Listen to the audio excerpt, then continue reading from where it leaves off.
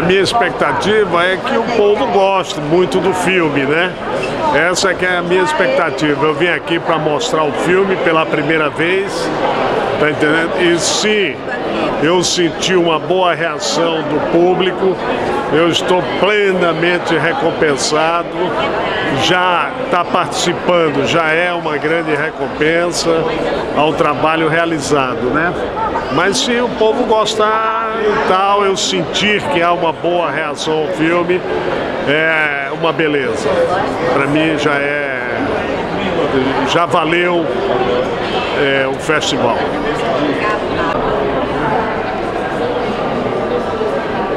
Aí você pode, na questão do VT Brasil, você pode... Deixa eu pôr esse óculos aqui.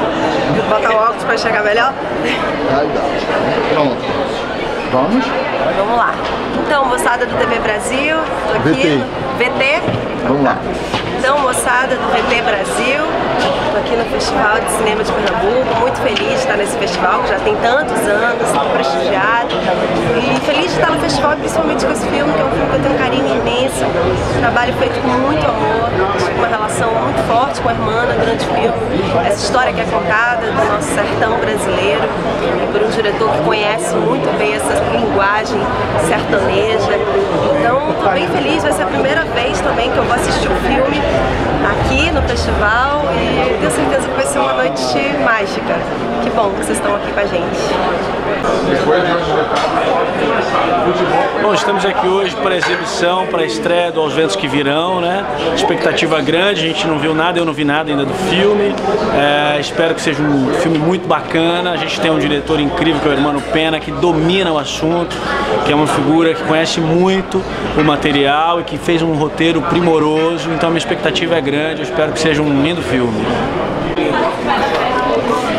Então, bem feliz de estar aqui no Festival de Cinema de Pernambuco, principalmente hoje, na estreia do Aos Ventos que Virão. Um filme que eu tenho muito carinho, foi muito especial todo o momento que estivemos juntos, rodando esse filme. E eu estou muito ansiosa, é a primeira vez que eu vou ver o filme, tenho certeza que ficou muito bonito. O Hermano tinha um filme muito na cabeça. Pra gente foram momentos bem mágicos, tanto quando estivemos no sertão, que foi muito forte, quanto em São Paulo, no segundo momento das filmagens. Vamos assisti-lo, tenho certeza que tá lindo e que a noite vai ser mágica. Valeu! É um prazer muito grande falar sobre o filme de Hermano Pena. Já trabalhei com ele em três longa-metragens e sempre que ele me chama eu fico imensamente feliz porque sei da mensagem. Hermano faz filme não para competir, mas para levar ao conhecimento do restante dos brasileiros aquilo que acontece no nosso mundão, né? E lá no sertão, na área onde foi filmado Aos Ventos que Virão, tenho certeza absoluta que todos vocês vão gostar. Espero que essa seja a definição da história. Gostar de uma história que está sendo apresentada para conhecimento de todos. E para encerrar a mostra competitiva de longas do CinePE 2013, nós convidamos ao palco a equipe do longa Aos Ventos que Virão, do estado de São Paulo, dirigido por Hermano Pena.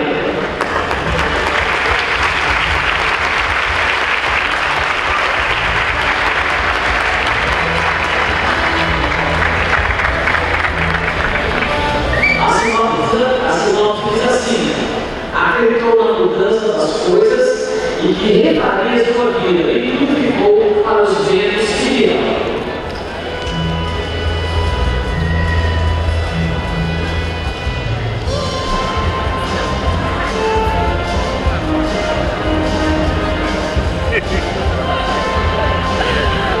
Meu pai do céu!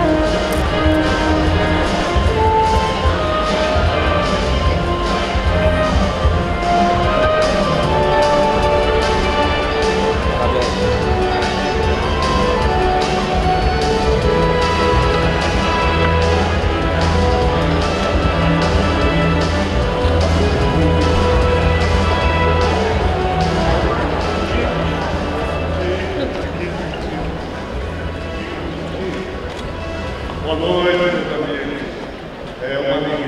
imensa, mas imensa deve ser a alegria de estar aqui dividindo com vocês a primeira exibição do Aos Ventos que Virão. Exibição que se assustar, é a primeira vez que eles morreram. E é uma alegria estar aqui nesse festival, né? E quero agradecer muito a organização dele por eu estar aqui, por o nosso filme, especialmente para Kim, Sandra, elogiar incrivelmente a organização desse festival, trabalhando muitos pelo mundo, todos que eu vi com esse nosso amigo, essa organização, trabalhando maravilhosa, nessa cidade de Recife, que o centro é a consolidação do encontro do mar, Recife, a cultura recifense, a cidade que literalmente uniu o sertão com o mar. Então, a alegria muito grande, nós somos um filho feito do sertão, com a presença de meus companheiros de viagem dessa cidade. É uma maneira útil.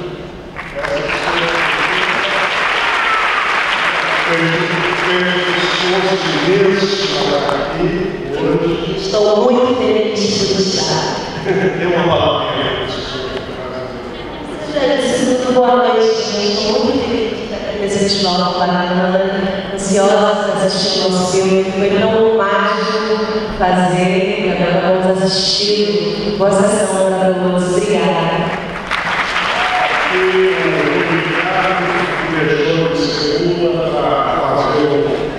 Ajudar aqui nessa obra, e faz uma própria desse filme. Uma palavra. Boa noite. Prazer aqui, a segunda vez que eu venho. Outra vez assisti um filme que não estava competindo. E já pude sentir o quão valoroso era o festival. Isso vejo novamente agora. É um prazer porque a cultura pernambucana, a dança, a música e o cinema tem levado cada vez Pernambuco para outros lugares e para o mundo. Então, muito obrigado. Vocês aproveitem.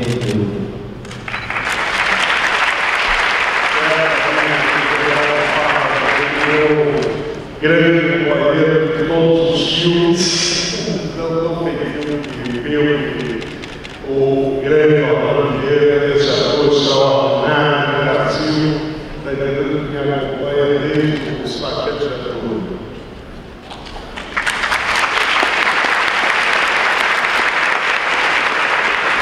Boa noite, gente de Recife, é um prazer enorme estar aqui com vocês. Não sou pernambucano, mas já morei nesta terra e adoro o lugar e o povo. Estou aqui com o Hermano Pena pela terceira vez em filmes de longa-metragem. Um prazer enorme, porque Hermano é aquele diretor que sabe traduzir uma história para levar ao povo a mensagem que o Brasil precisa de conhecimento. Vocês vão gostar, estamos felizes com isso e o nosso abraço até a próxima.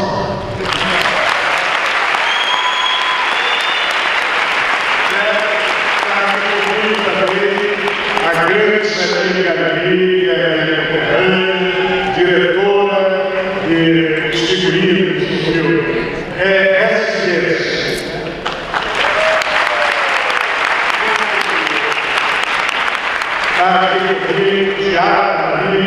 Essa responsável por meu irmão Zé Luiz Pedro pela música, mas foi que nos trouxe aqui para Recife gravar a música desse filme, dessa trilha, que eu tenho certeza que vocês vão admirar, que foi toda gravada aqui com músicos daqui, as rabecas que vocês vão ouvir só aqui em Recife. que nós encontramos e toda a trilha foi gravada em Recife.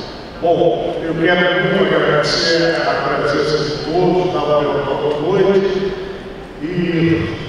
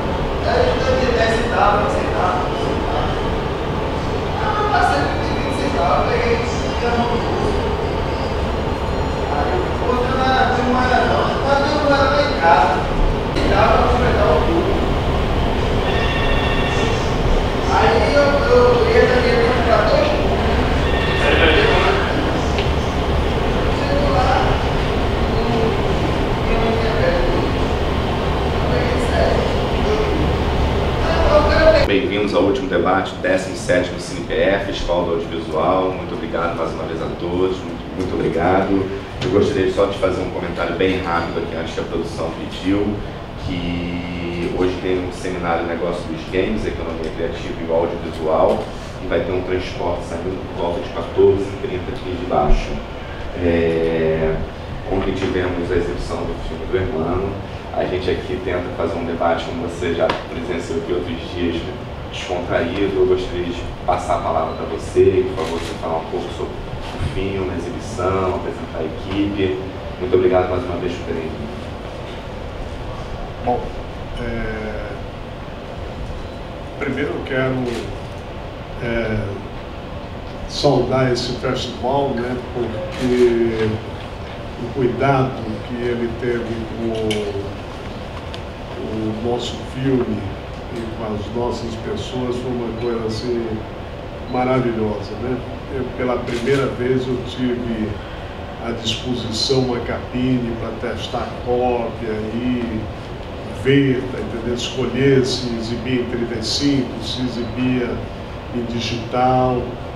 Então isso me deixou muito feliz de um festival que cuida tanto das pessoas como dos filmes, né? Que uma das coisas piores no Brasil são os festivais que às vezes tratam bem as pessoas e os filmes são jogados ao léu, as exibições. E a gente está aqui justamente para mostrar o nosso trabalho, né?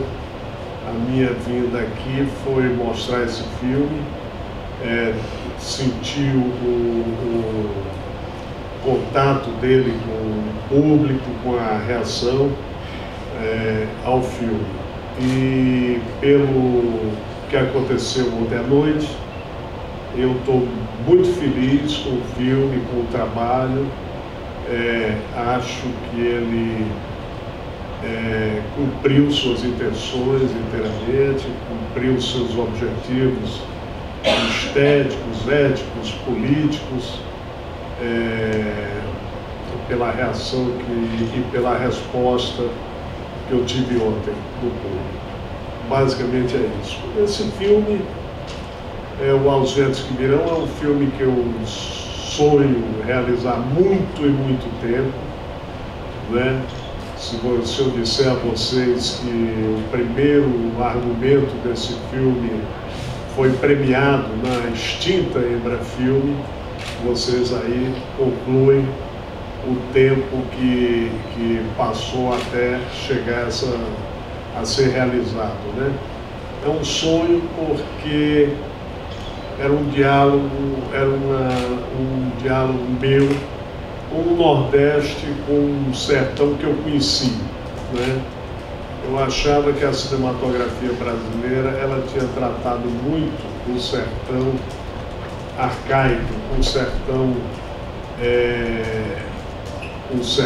de cangaceiros e fanáticos, e justamente era um sertão que eu acho que ainda não tinha sido um pouco focado pela cinematografia brasileira, né?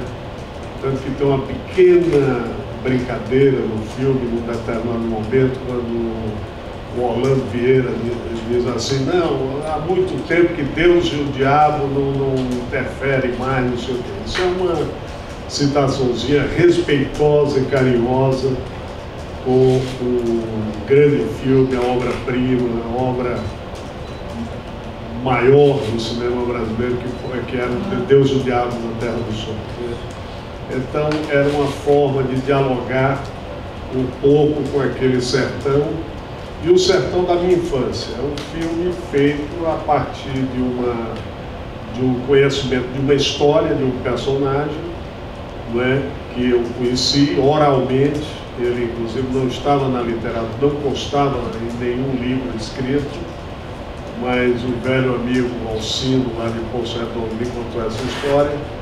E desde aquele momento, da Embrafilme ainda, até aqui, eu fui modificando essa história e absorvendo, e mudando, e absorvendo outras histórias que eu tinha escutado, e muito a minha infância, e muito a minha vivência, numa coisa que esse filme tem, que não é um filme muito rural, ele é um filme passado na cidade, né?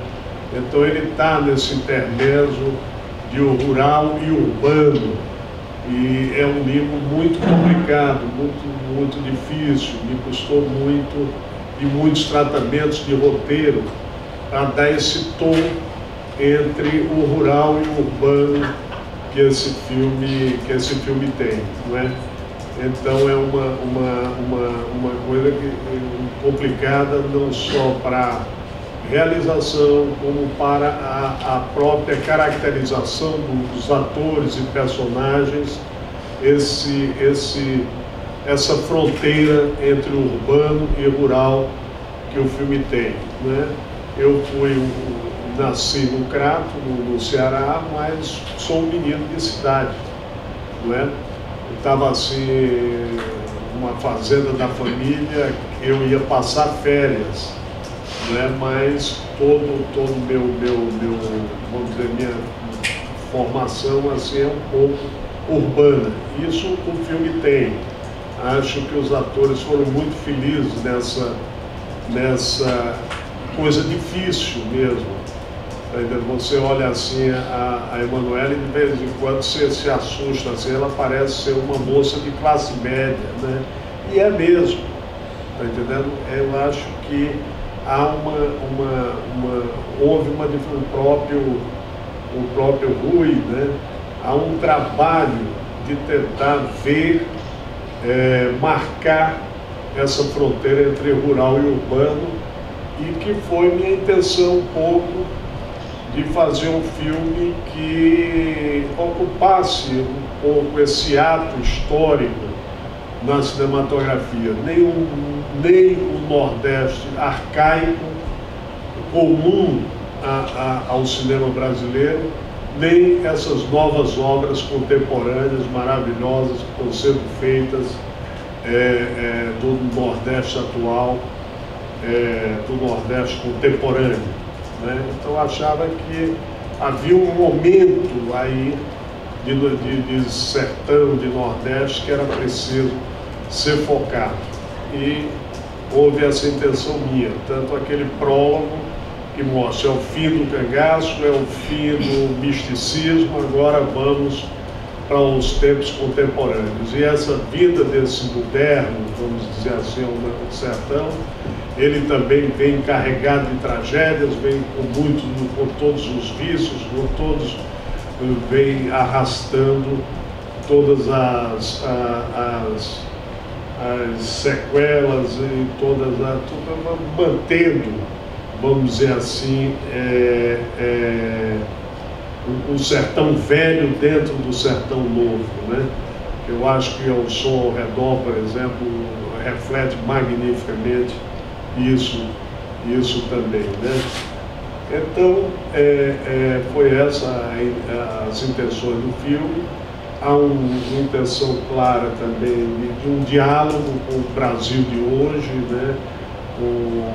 É um filme que, num determinado momento, ele poderia ser pessimista, mas o próprio título compõe também a narrativa do filme. Aquele Aos Ventos que Virão, que aparece no final, ele faz parte, ele é composição da narrativa do filme, né?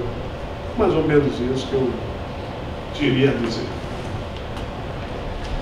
Passar aqui a primeira pergunta. Paulo Henrique, hoje é dia de Minas. Bom dia.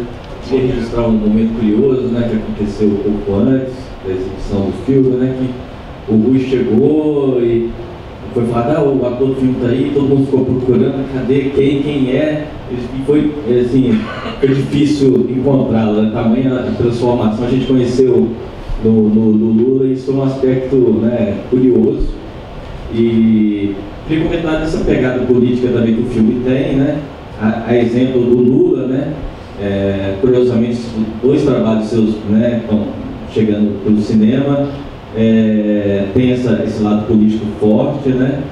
Se isso é uma coincidência, se você gosta de lidar com esse tema, né? Se você tem essa coisa forte aí da política, você vai candidatar a prefeito lá em Minas, na terrinha, lá em São Brás, né, de Suaçuí, não é? Santa Maria. Santa Maria, aliás, Suaçuí, lá em Minas, também, que é a nossa terra lá. Se um dia vai chegar prefeito lá em Santa Maria. Obrigado. Sem roubar olho. Na verdade, eu fiz outros filmes depois do Lula, filmes que ainda não estrearam, com outras pegadas, como disse nosso amigo. De alguma maneira, o Hermano... Você fez Gonzaga, não? Fiz uma participação no Gonzaga, fiz um filme da Tata Amaral e da Caro Alves, que eu faço um promotor de justiça, um personagem meio paulista. E fiz uma minissérie sobre o Marechal Rondon, de 5 episódios, que está para estrear. E também é um personagem um pouquinho anterior a isso, que é da virada do século. De alguma maneira, esses personagens me chamam, né? Eu acabei de fazer uma novela que eu faço um ex-combatente de Canudos, na Guerra de Canudos. Então, esses personagens, de certa maneira, me chamam. E não necessariamente com um viés político, porque, enfim, eu sou ator e aí meio que estou disponível para os personagens que eu achar que são personagens incríveis e que têm uma história para contar de fato e que tenha uma estrutura que me permita compor, construir e tudo. E quando a irmã me convidou para fazer esse filme, ele falou, leia o roteiro, eu li. E aí já não tinha mais como falar, não vou fazer, Hermano, porque era um roteiro... O Hermano tem um cinema que eu acho muito particular, né? Há uns 6 meses atrás eu falei com ele muito rapidamente, justamente sobre isso. Acho que existe o cinema e o cinema que o Hermano faz. É um cinema épico, né? Um cinema quase brechtiano, eu diria assim. Um cinema onde ele tem um trabalho com ator que é muito especial, e que ele domina muito essa linguagem. Ele já fez uma série de trabalhos sobre o interior do Brasil, sobre o sertão, e eu queria trabalhar com esse diretor que é essa pessoa que domina esse assunto, e que eu queria aprender um pouco mais e enfim, descobrir um pouco do Brasil. Mas eu estou disponível e não vou me candidatar a prefeito.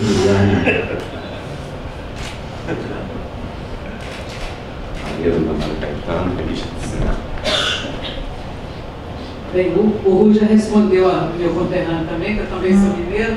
Mineiro, brasileiro, paulista, sou quase igual a irmã, porque a irmã é cearense, sergipano, baiano, brasiliense, paulista. Você correu o país do Ceará até São Paulo. É uma pergunta para a irmã, para a Emanuele, e para meu amado Orlando Vieira, de quem eu sou a maior tiete do Brasil.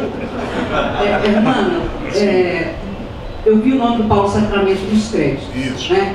Então eu queria que você falasse mais da participação dele nesse projeto. Porque você vem de uma geração muito politizada, muito ligada a esse cinema, ao cinema novo, né? Esse seu próprio trajeto. O filme tem muito da sua trajetória também. Você também é um nordestino que foi para São Paulo, passando por Sergipe, pela Bahia, por Brasília. Brasília marcou muito a sua vida. Muito. Você tem a passagem pela UNB, você viveu o sonho da Brasília, que seria transformadora, isso está explícito no filme. Então, são suas vivências também. De certa forma, o personagem tem muito de você, das suas preocupações. Mas eu queria saber o que Paulo Sacramento deu ao roteiro como contribuição de um olhar de uma outra geração mais jovem, para dizer, mano, vamos plugar o filme mais ainda ao presente, tal e tal, sei o que. Para Emanuele, você é muito bonita, uma cantora e atriz muito sensual. Eu lembro você no Opaió, né? Você e Lázaro, assim, era puro erotismo, aquelas cenas de vocês dois e tal e tal. E a sua personagem ela é mais brejeira, uma mocinha do interior, embora na hora do pega pra capar ela encomende a morte do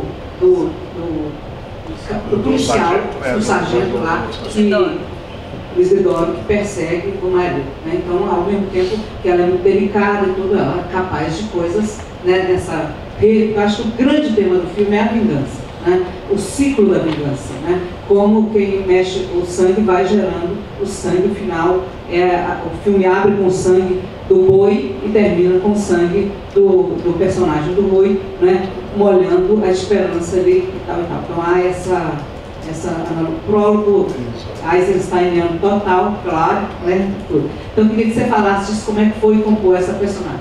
E para Orlando, claro, como é que você e Hermano se conheceram? Por que essa amizade ficou tão profunda? Por que ele te deu um papel tão grande, tão importante quanto foi o motorista do Sargento Getúlio? Você ganhou o Kikito de coadjuvante, né, o Amaro, o Kikito de coadjuvante em Gramado pelo Sargento Getúlio. E é uma amizade permanente. Eu acho que quando ele escreve o roteiro, ele pensa em você. Então eu queria que você contasse aonde vocês se conheceram e como é que essa amizade cinematográfica se solidificou. Posso começar? Claro. Orlando, você começa? Tá bom. Não, a participação de Paulo Sacramento.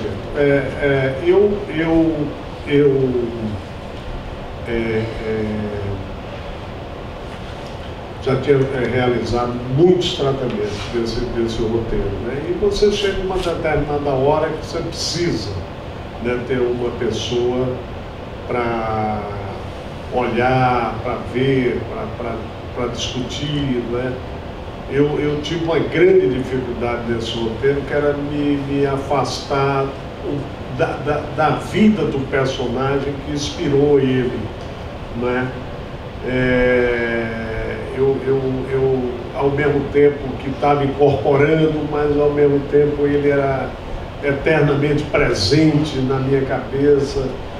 Então eu procurei primeiro uma moça que é irmã, inclusive, do produtor do filme, o Farid, uma Jaqueline Tavares, que é uma jornalista do Rio, e que estava me apresentou o roteiro dela uma vez e eu achei bem tratado, um tratamento muito bom no roteiro. Aí apelei para ela e aí trabalhamos mais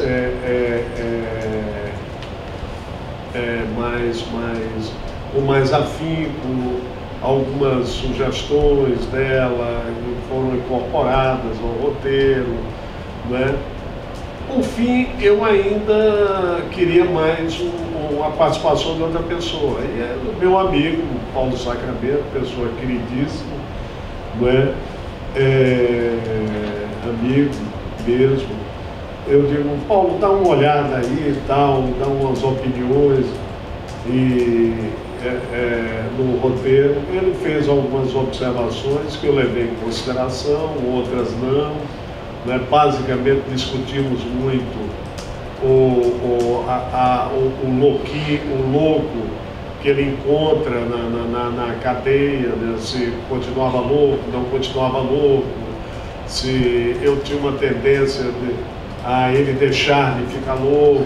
Paulo, não enlouqueça mais, esse personagem enlouqueça mais, era a opinião do Paulo, mas foi mais assim uma colaboração de amigo mesmo, de leitor junto, né? Tanto que ele até brincou.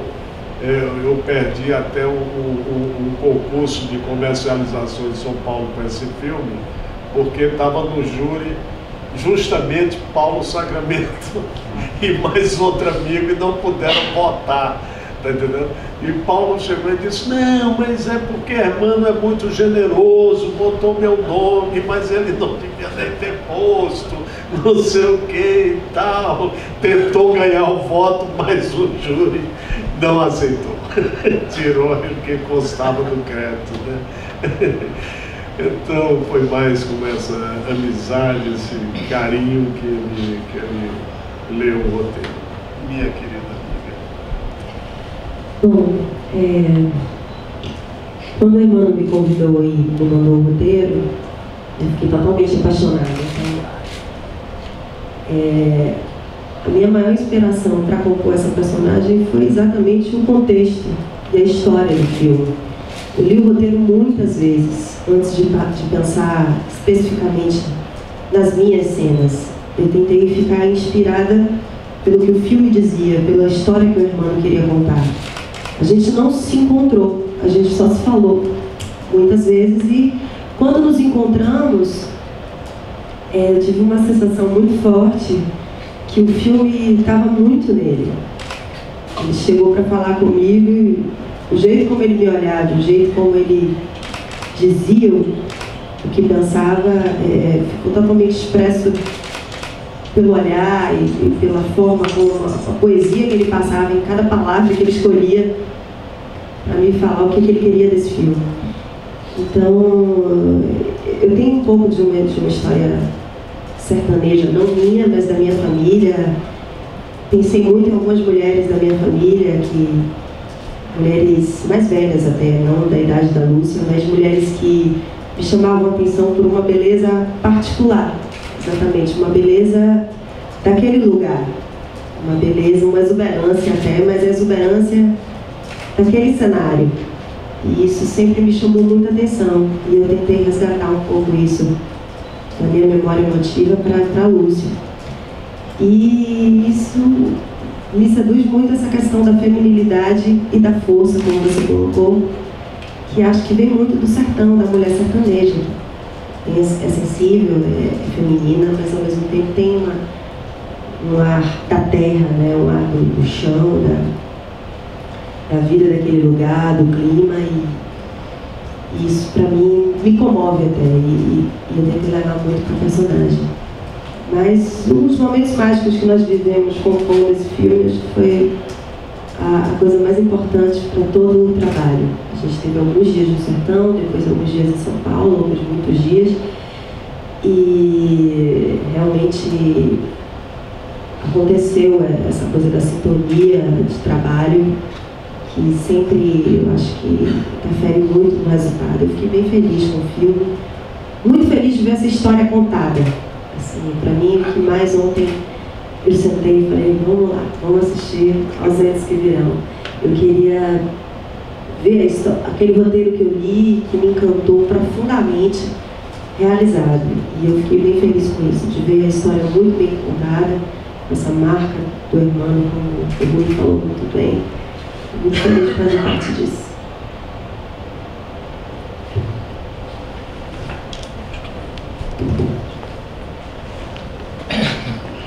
Chegou a minha vez. Primeiro falar sobre o filme. O que eu achei do filme. Como eu recebi o filme. Eu não sabia nada. Eu não tinha visto nada do filme. Estava numa ansiedade enorme. E preocupado. Será que eu saí bem, meu Deus? Para não prejudicar a história do Hermano? Mas, graças a Deus, mais uma vez eu me saí bem, porque eu já trabalhei com o Hermano em 3 filmes. Hermano ele faz o filme, mas antes ele faz o ator. Ele é o paizão dos atores, porque ele se preocupa, ele abraça, ele vem cá, ele pergunta: como é que você está indo? O que é que está sentindo? Quer que mude alguma coisa? Olha, não, tá, tudo maravilha, não precisa mudar nada. Eu estou preocupado para assumir essa responsabilidade que você me confiou. E no final, tudo sai bem, porque o homem é paciente, é corajoso e é, como eu disse antes, é o paizão dos atores. Trabalhei com o Hermano lá em Rondônia. Hein? Rondônia, né? É Rondônia. E foi o mesmo sentimento, a mesma coisa. É o diretor que, quando termina o filme, a cena, ele chama os atores: vem cá, vamos comemorar, parece que você está tenso, o que é que está acontecendo? Eu digo: nada, é que eu continuo sendo o personagem. Eu tenho essa mania de interpretar e durante todo o filme eu continuo sendo aquele intérprete, né, sem voltar a ser o Orlando. Mas o Hermano é dessa maneira. Eu fico imensamente feliz quando ele me chama para participar. E o conhecimento, como foi a primeira vez, foi para fazer o Sargento Getúlio. Hermano foi a Sergipe e disseram a ele: olha, aqui tem o ator, já fez alguma coisa em teatro, o Orlando. Ele disse: eu já estou com ele aqui na minha ficha, traz o homem aqui. Conversamos, ele disse: eu quero que você faça o Amaro. É o motorista, o secretário do sargento, e o sargento é o Lima Duarte. E aí eu tremi na base. Eu digo: meu Deus, vou fazer um filme agora, começar. E a Hermano está dizendo que eu vou ficar do começo ao fim com o sargento, que o sargento é Lima Duarte, né? O Zeca Diabo da televisão. Aí, Hermano, está meio pesado neles. Que é isso, rapaz? Você decora o texto, você já é o tipo, você já é a voz. Não? E você não tem experiência no cinema, mas tem a coragem de fazer isso. Você é um nordestino, bicho. Eu digo: então vamos lá. E eu me saí muito bem, muito cuidado, e terminou Hermano me dando, através do filme, o prêmio de melhor ator coadjuvante. Eu quase caio da cadeira quando essa notícia surgiu, né? Eu não esperava de jeito nenhum. Eu digo: não, eu vou aparecer no filme. Eu acho que estou mais ou menos perto do que o Hermano quer. E o resultado foi aquele maravilhoso. Daí para cá, eu continuo admirando todos os seus trabalhos pela grandeza dele fazer o cinema. Aos Ventos que Levou, eu não tinha visto nada. Nada. A expectativa foi ver ontem pela primeira vez, né?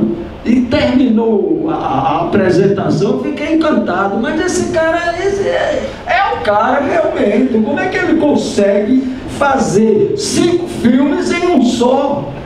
Ele contou a história do Nordeste, ele mostrou o folclore, ele mostrou a alegria do sertanejo, a alegria do nordestino em dançar um forró com o seu amor de lado. Todo mundo com cara sorridente e feliz, né? Mostrando que aquilo não foi preparado para filmar, ele chegou e filmou.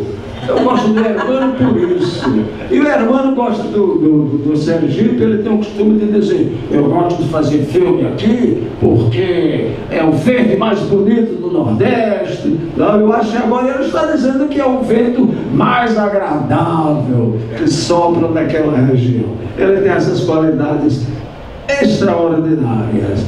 Eu fiquei encantado com o filme, digo mais uma vez.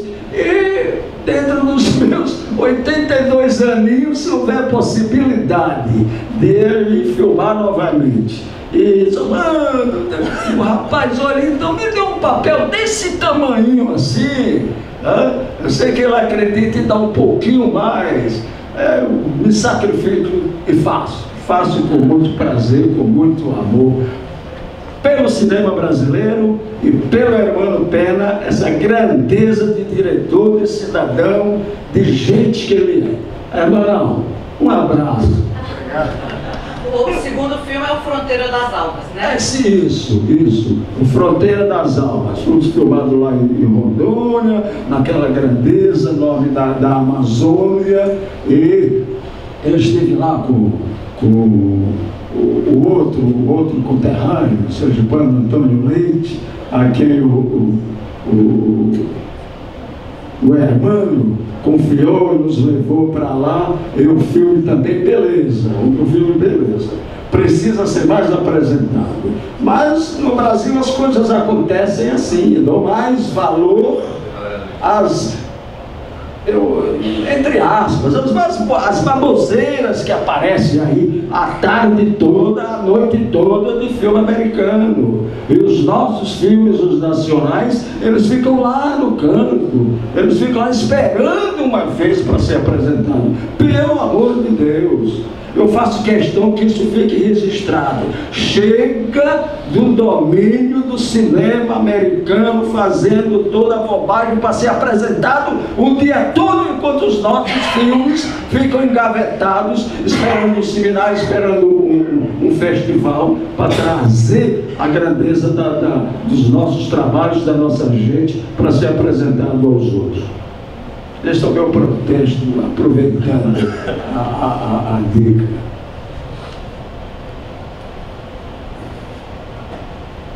Suzana Shield, do Globo.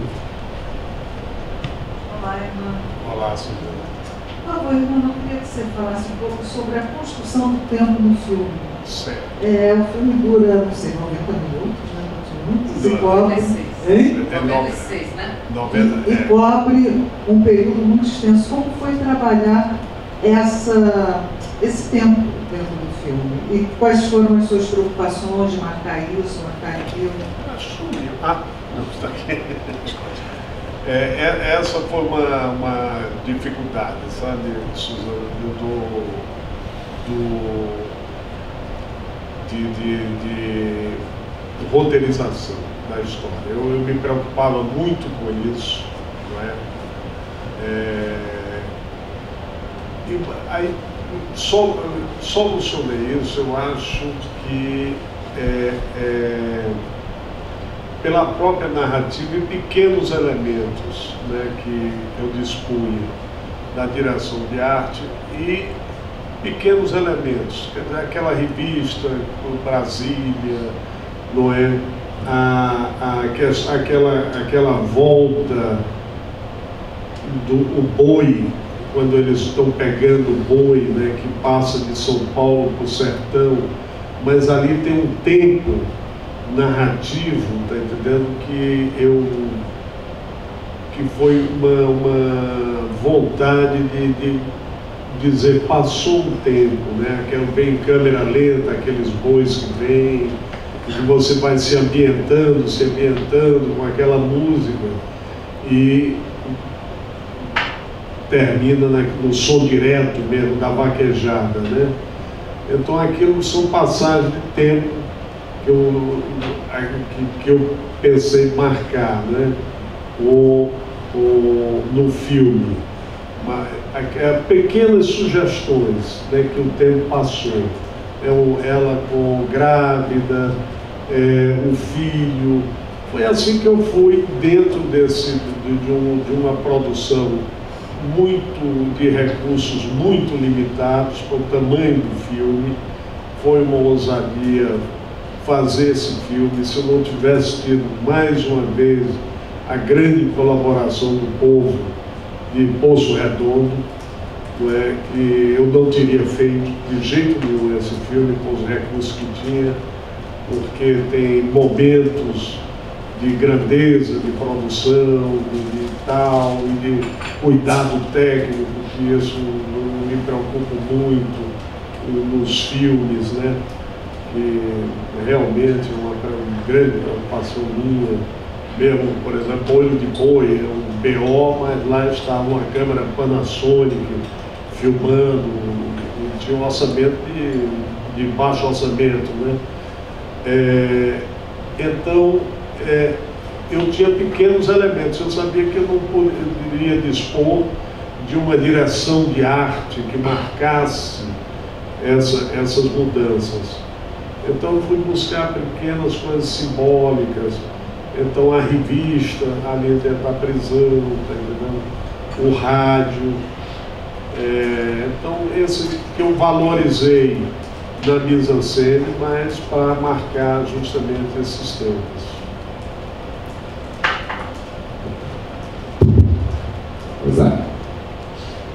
Você disse que é uma homenagem explícita a Deus já na Terra do Sol, com aquele diálogo, né, que você citou.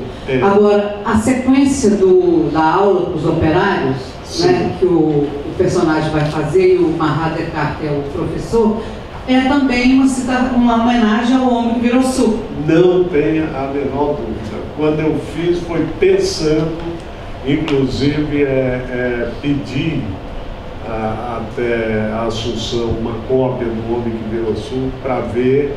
Eu queria fazer mais ainda, mais próximo, colocando como homenagem mesmo a esse filme que eu gosto muito, tá entendendo? E você tem toda a razão, é uma homenagem ao Homem que Virou Sul, sim, é uma citação, e gostaria que tivesse sido mais, né?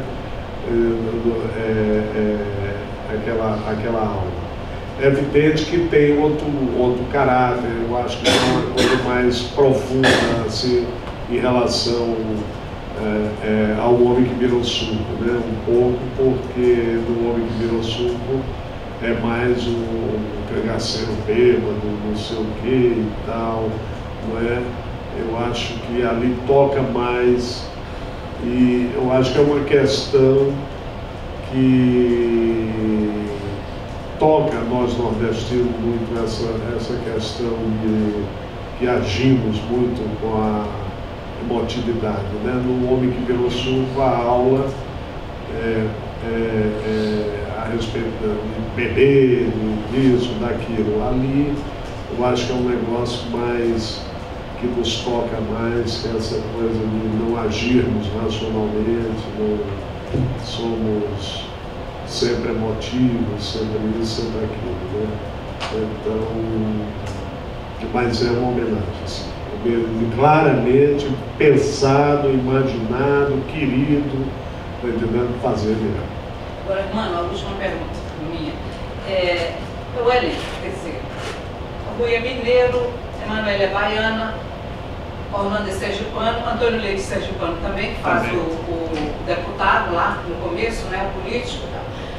Eu vi também a Vinaldo, que é um ator baiano, que fez aquele filme do Passarinho, né, um curta muito bonito. Eu queria que você falasse do elenco, onde você foi, que é um elenco enorme, né? Tem muitos papéis, aquele que fica preso com o Rui no final, quem é aquele ator, quem são os atores, como é que foi a busca. E, claro, Marat é super conhecido em São Paulo, mas há muitos atores na parte nordestina do filme que eu falar isso, eu acho que já vi e tal, mas onde você os encontrou? Exatamente. Olha, eu, como o Orlando disse, eu sou capaz de pegar assim, atores nordestinos e levar para Rondônia. Não é que eu aproveite de produção, não. Porque a produção, tá entendendo, eles estão mais perto. Claro que esse era uma necessidade de produção mesmo, porque tinha muitos papéis falados, eu vi pequenas falas às vezes, mas eu queria ator, eu não queria improvisar atuação, coisa que eu fiz e com relativo, considero um relativo sucesso, você chegar e colocar pessoas que nunca atuaram, mas esse filme não, esse filme eu queria só atores mesmo. Então o que é que nós fizemos? Eu não podia trazer todos de São Paulo, absolutamente, inclusive porque é cada vez mais difícil você tirar um ator do seu local de origem, porque eles estão trabalhando em teatro, estão trabalhando em televisão, sempre uma coisa muito complicada essa operação, não é? Então precisava ter um elenco local, né? Muitos papéis, tem quase 50 pessoas falando, né? E 50 atores, literalmente são atores, todos eles. a não ser aquele Lampião, que é um menino de Poço Redondo, e mais aquele locutor, que também é um rapaz de Poço Redondo mesmo. Os outros todos, nós fizemos uma oficina dirigida por Sérgio Pena, orientada por Sérgio Pena, e trouxemos assim quase 15 atores da Bahia para Aracaju, hospedamos, pagamos uma diária para eles ficarem lá durante 12 dias. Sérgio Pena trabalhou eles e comigo escolhemos, e tinha mais de 40 atores de Sergipe.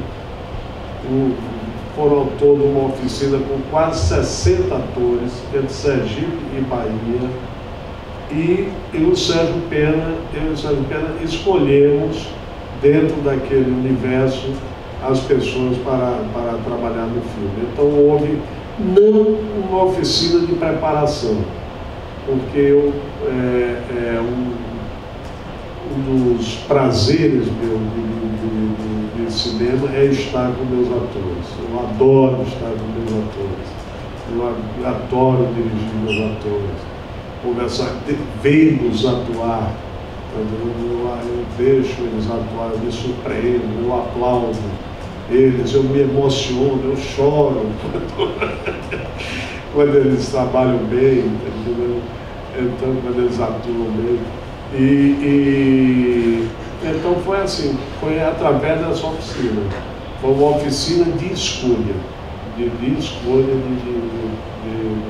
papel, muito criteriosa, uma oficina exaustiva, as pessoas trabalharam o dia inteiro, com o Sérgio Pena, e deu essa colaboração para escolher, para fazer esse elenco.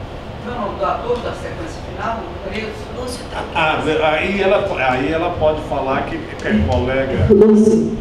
Lúcio Tranquese. Tranquese. Grande ator da Bahia, de teatro, de cinema.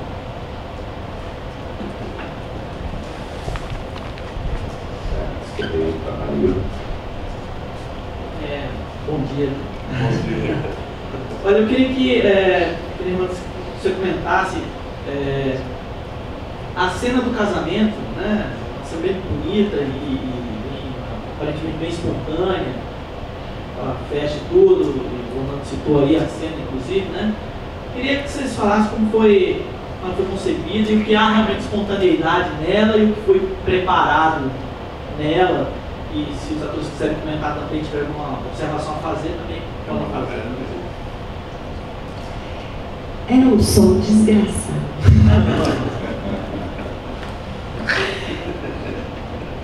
E aí, quando chegou falando uma coisa que pra mim foi tão massa no momento, aquilo é um rio, né? Aquele primeiro caminho é um rio seco. E isso acontece muito no sertão. Os cortejos dos casamentos, sai da igreja, tem a capelinha, onde tem a cerimônia, não é isso, irmão? Que vai até a casinha lá da festa. As pessoas vão caminhando, fica aquele cortejo, aquela coisa bonita. E a gente caminhando nesse rio seco, que é cheio de pedra, que você está ali numa festa, de uma celebração de casamento, mas está ali subindo pedra, descendo pedra, aquele sol na cabeça. Então eu acho que essa espontaneidade, eu acho que ela se criou mesmo na condução dele e da gente buscar a alegria real num lugar tão árido, num ambiente tão duro, onde para eles é o lugar e o que mais importa é o que está sendo vivido. E isso na hora, assim, eu achei bonito a Rolando falar, porque eu gostei muito de ver e gostei muito de sentir na hora de fazer, porque estávamos nós, outros atores, alguns atores de lá, de Poço Redondo, e eu prestava muita atenção nas pessoas de lá. Os atores, os figurantes, as pessoas que são lá da terra, que tem essa espontaneidade de ser naquele lugar, de viver um momento mágico de um casamento, de uma festa, para ela então, que é o amor na vida, e etc. Foi muito bom de fazer também, fiquei muito feliz de ver.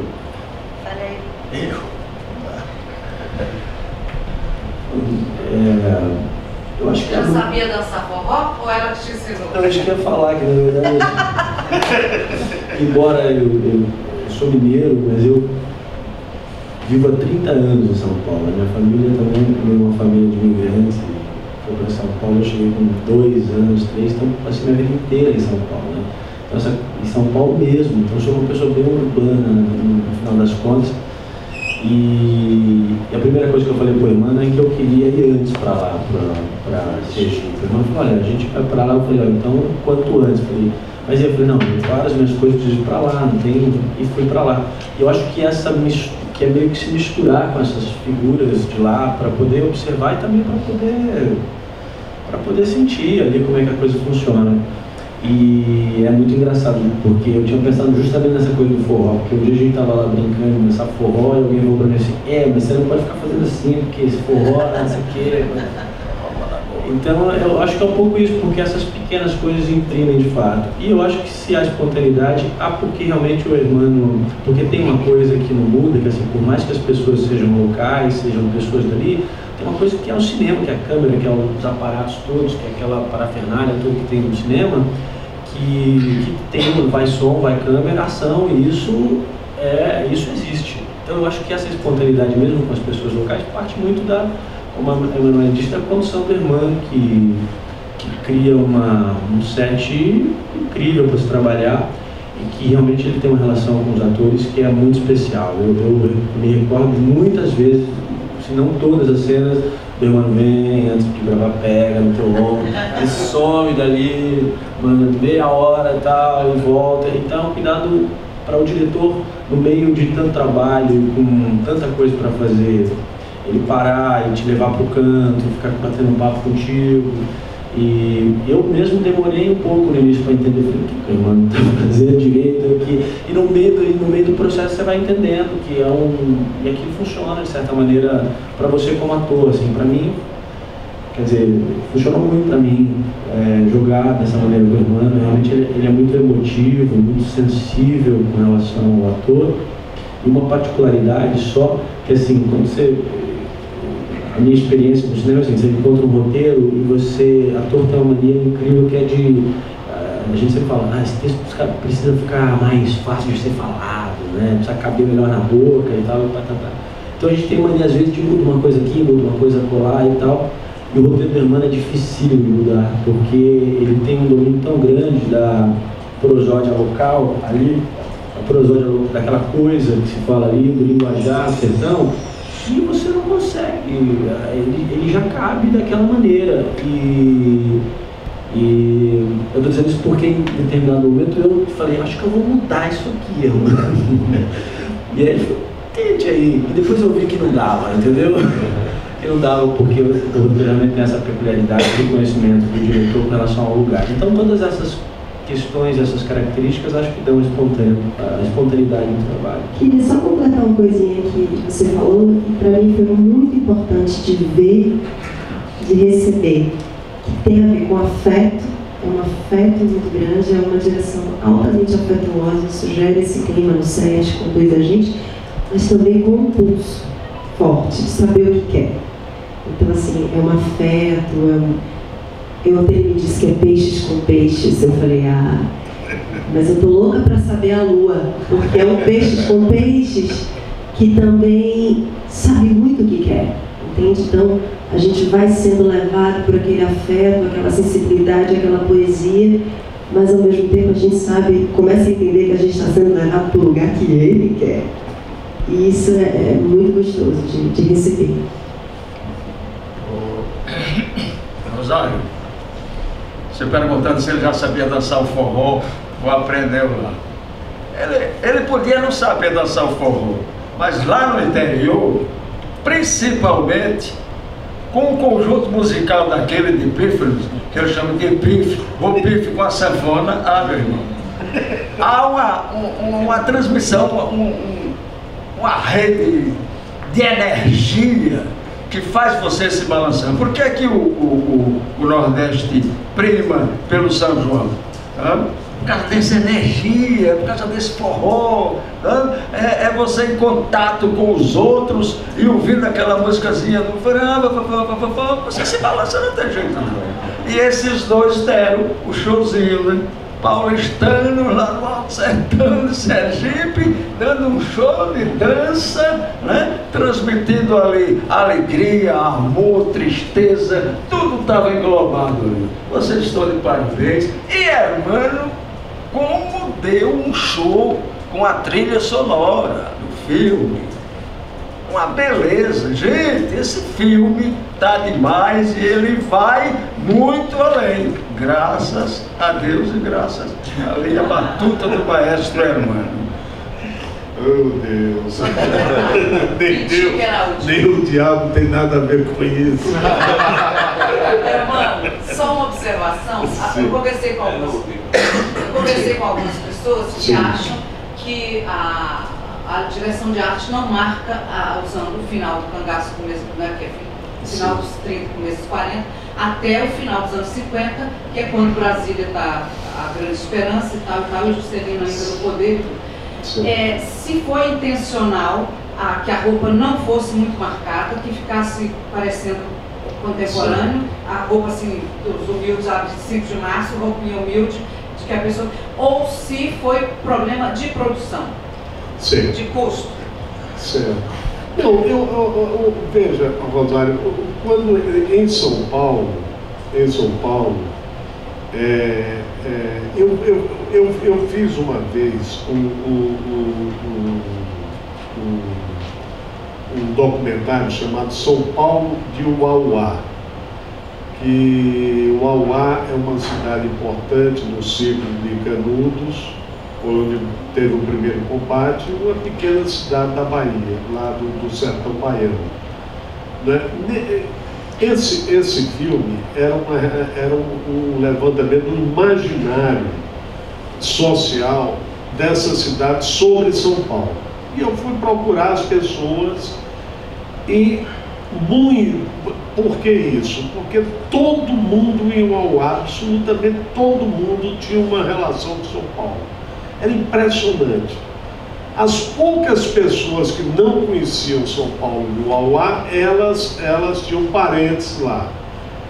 E eu fui conversar com os velhos e tal, não sei o que tinham sido operários no primeiro ciclo, vamos dizer, na época de São Paulo, Sociedade Anônima, dos anos 50. E fiquei encantado com a elegância deles em São Paulo naquela época. Os operários do ABC. Está entendendo? Inclusive no filme, eu coloco um cidadão que era operário da Volkswagen, no começo da Volkswagen, em que ele usava luva, paletó, luva, não é? Aquilo me impressionou muito, está entendendo? E eu, por uma sugestão também do personagem que eu me baseei, o tal do Zé Julião, era um homem elegantíssimo.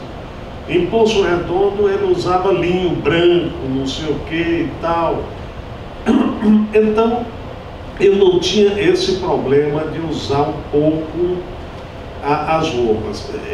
E a outra coisa é o seguinte, como ele volta para Poço, a própria direção de arte me perguntou, vamos mudar muito? Eu digo, não, muda muito pouco. Quando eu cheguei em Poço Redondo em 1974, a primeira vez, você tinha chegado a energia elétrica há um ano atrás. Há um ano atrás. O sertão, minha gente, só veio mudar mesmo foi com Luz para Todos. O sertão mesmo só veio mudar muito recentemente, né? Eu acho. Então, as mesmas roupas, as mesmas coisas, não foi tanto de produção não, foi mais por uma questão de que ele retorna. Então a cidade continua a mesma, praticamente, está entendendo? Da época dos 30, 40, 50, continua a mesma. Aquele, por exemplo, você vê que ele volta de som, ele com outro paletó, inclusive ele fala, não é? E tinha uma cena deles vendo o paletó, mas aí foi questão de produção. a loja em São Paulo para me filmar essa cena na vitrine, a única loja antiga, me cobrou 10 mil reais. Aí eu digo, não, então fica só na fala, porque não tem, para filmar uma vitrine por 10 mil reais, não tinha na produção. Essas pequenas coisas, mas acho bom, eu acho que eu respondi, né?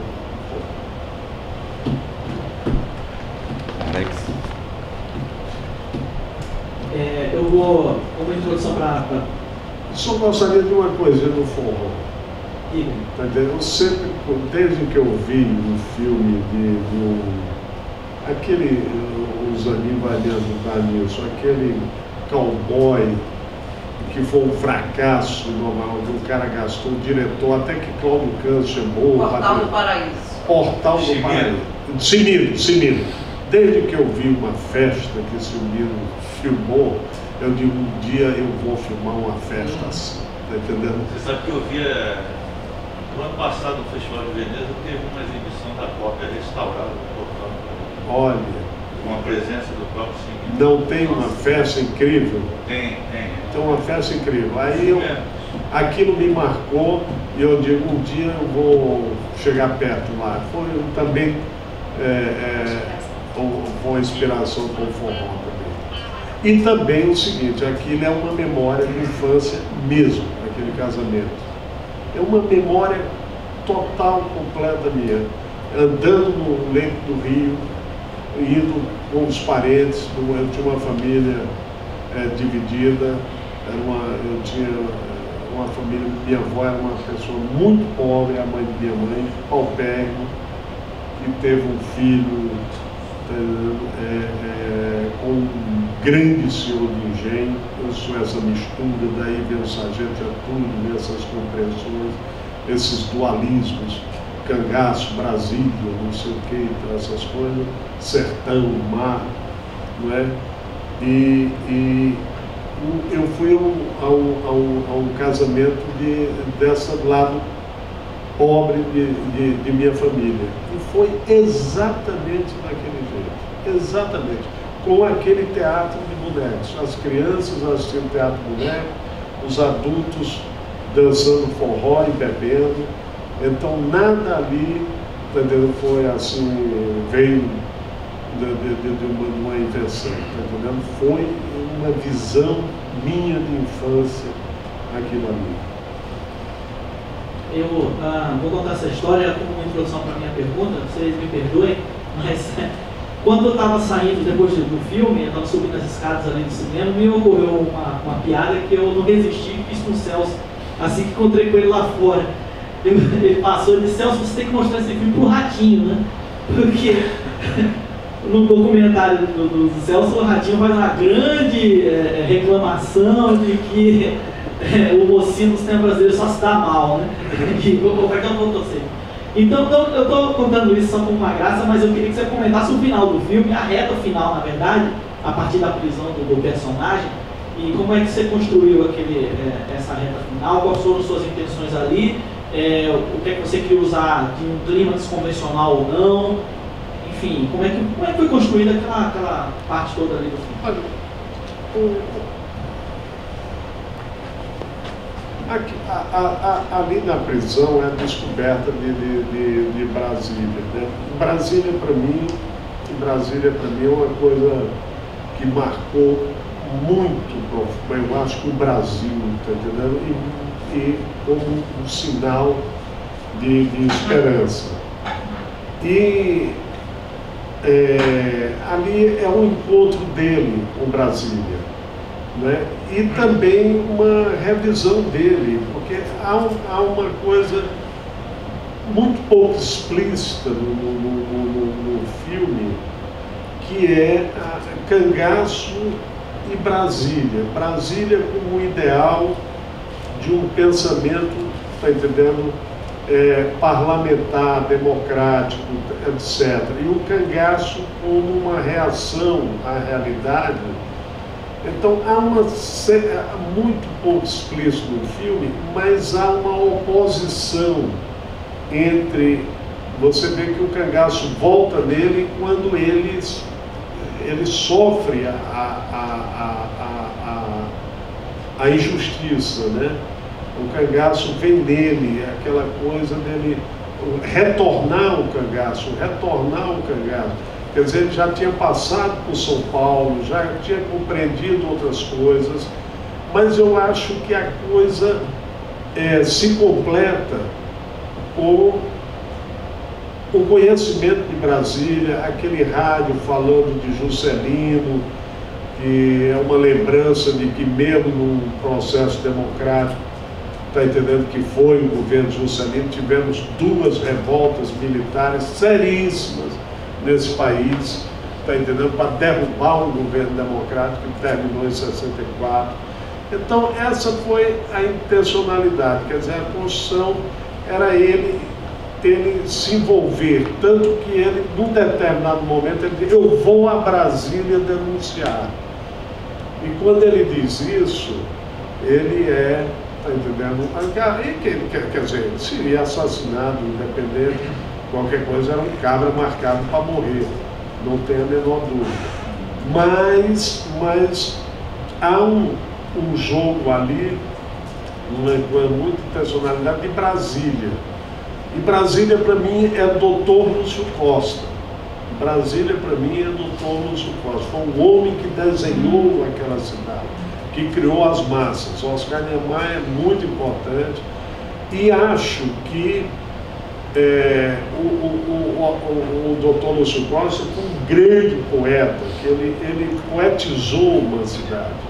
Ele sonhou um país, está entendendo? E desenhou, está no desenho. Né? Você imagina o seguinte: Dr. Lúcio Costa fez a Praça dos Três Poderes. Você tem o Congresso lá mais alto, aquilo está na massa do plano original. O mais alto tem a Justiça, tem o Executivo, o Legislativo. E, na memória descritiva dele, aquela praça se estendia pelo Cerrado. Sabe o que era aquilo? Era uma representação da presença do povo. O povo, aí vai e se bota aquelas coisas horrorosas tapando o Cerrado, que é horrível. Eu não consigo chegar mais na Praça dos Três Poderes vendo aquelas penduricalhos de péssimo gosto arquitetônico que cobriu a Praça do Cerrado. Aquilo era aberto e havia todo um símbolo dessa cidade, há todo um simbolismo de um poeta extraordinário que escreveu ali nossos mais profundos e mais justos ideais, que a gente pode pensar como povo. Então foi essa a construção, a intenção, e o Assis louco, dizendo: isso é maluco, isso é louco.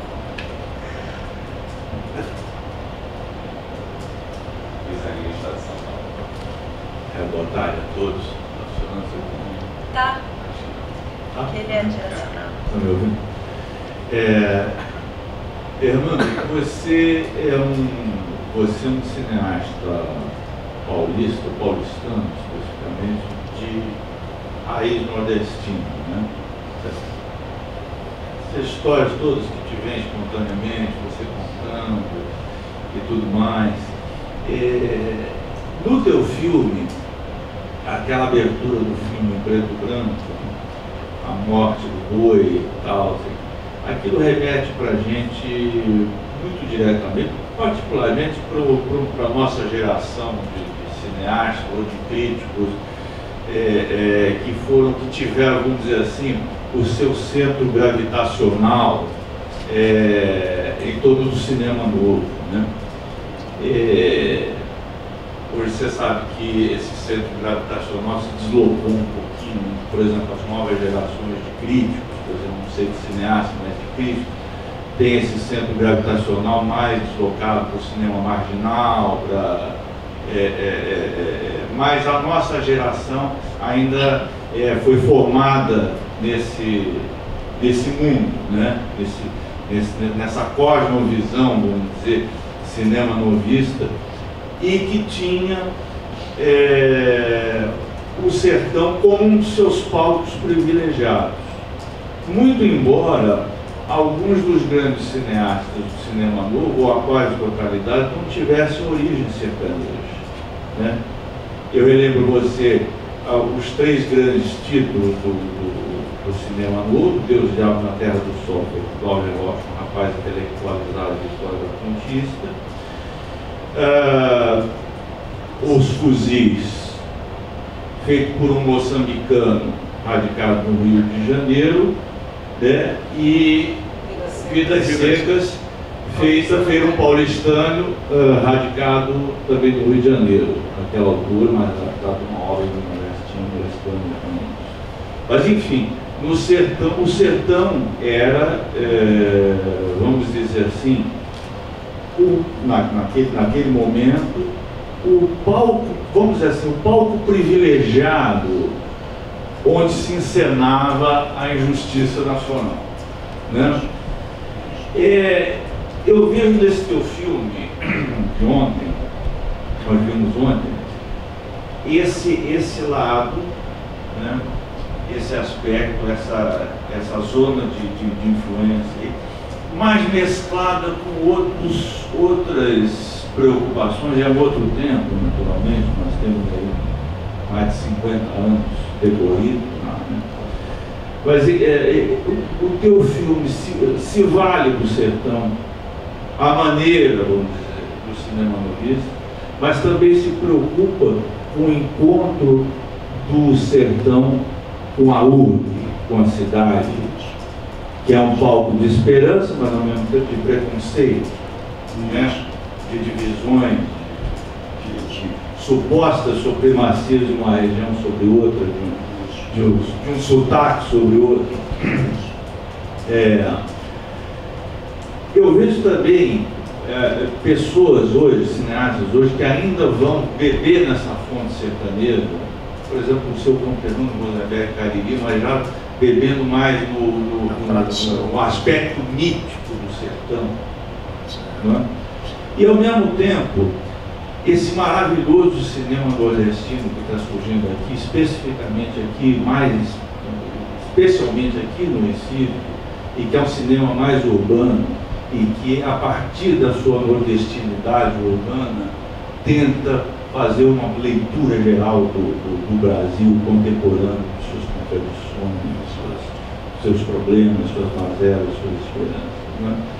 Eu te perguntaria como dentro desse conjunto, desse leque de linguagens do cinema brasileiro, desde então até hoje, como é que você situa o teu cinema?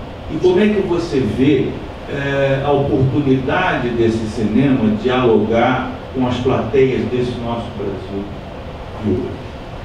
Certo.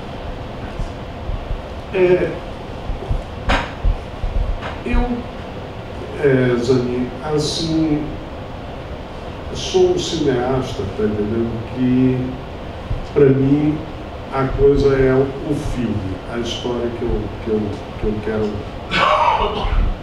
contar, não é? E o filme vai determinando a forma, né? Como eu disse aqui, eu acho que esse filme, para mim, inclusive, que marca mesmo, eu estava conversando umas vezes, um ciclo dentro do meu cinema, marca mesmo, não é? Eu vejo um filme meio numa fronteira entre essas duas coisas.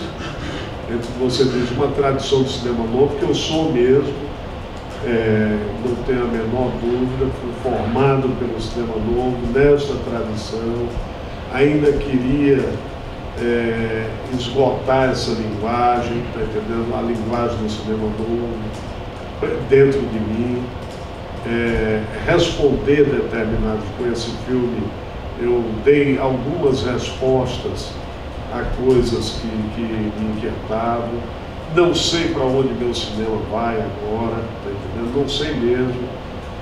Esse filme tem muito sentido de missão, de cumprimento de um ciclo.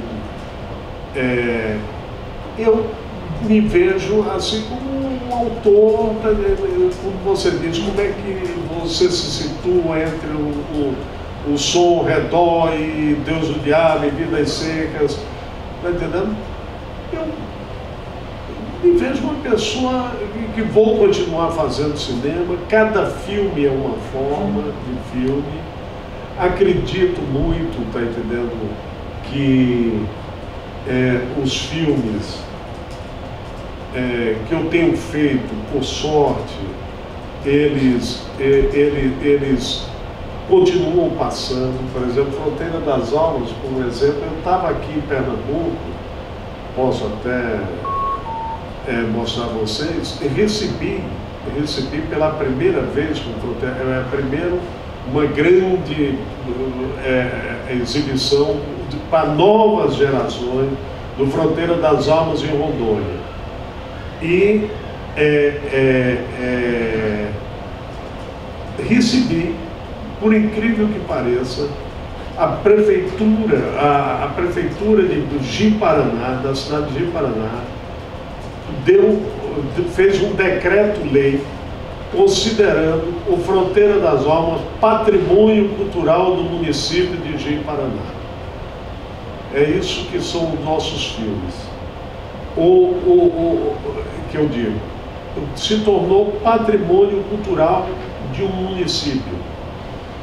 Quer dizer, um filme que foi mal entendido na época, mas ao mesmo tempo era um filme que tinha uma estrutura de duas histórias completamente paralelas que nunca se encontraram, coisa que o cinema mexicano veio fazer depois, muito tempo depois, não é?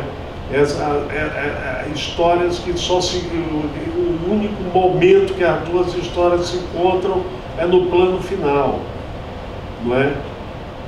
Para mim, cada história assume sua forma. Eu não sou absolutamente, não consigo imaginar, tá entendendo? Conteúdo separado de forma, não consigo, tá entendendo? Eu acho que tudo é uma coisa só e que depende da história que eu esteja contando, não é? As elites que eu uso, etc, etc. Sei que esse filme, por exemplo, Aos Ventos que Virão, é profundamente marcado pelo cinema novo, mas respondendo algumas coisas que eu tinha que dar resposta para mim. Eu, por exemplo, estou nessa idade, mas acho que estou começando. Para mim, o cinema se abre todo dia. Todas as possibilidades. Eu tenho... Agora vou fazer gostaria muito de fazer um filme para a cidade, que me recebeu tão bem nesses 35 anos que é São Paulo. Um filme urbano pela primeira vez, nunca fiz, nunca olhei para a cidade. Por quê? Porque tinha necessidade visceral de falar de coisas antes, né? E como eu acho que vou viver igual o Oliveira, lá de Portugal, tá entendendo? Estarei fazendo cinema aos 100 anos de idade, mesmo. Então acho que nem nesse momento vou dar uma parada com esse filme e pensar para onde vai o meu cinema, que coisas eu quero com ele, repensar ele todo, tá entendendo? Porque não é só fazer filmes, né? Não é só fazer filmes.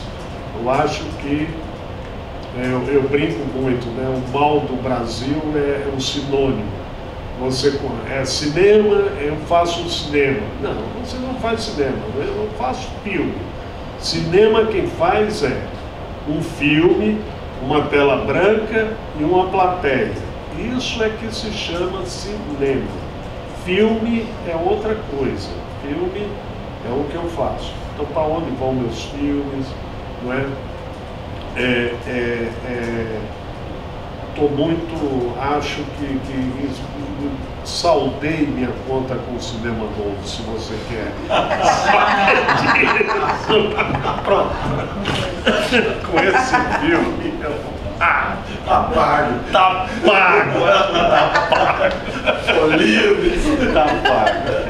Gente, muito obrigado. Gostaria de agradecer a presença de todos. Tivemos grande público aqui em todos os debates. Eu vou citar aqui hoje os filhos que estão aqui presentes: Francisco Busco, Félix, a Rosário, Zanin, Suzana Childo, Eli, enfim, o Luciano. Gostaria de também citar a presença aqui do Ralph, que acompanhou todos os nossos debates, está à frente agora do Festival de Gramado. Eu gostaria muito de agradecer a vocês e dar os parabéns por ontem. Muito obrigado a todos. Obrigado, queridos.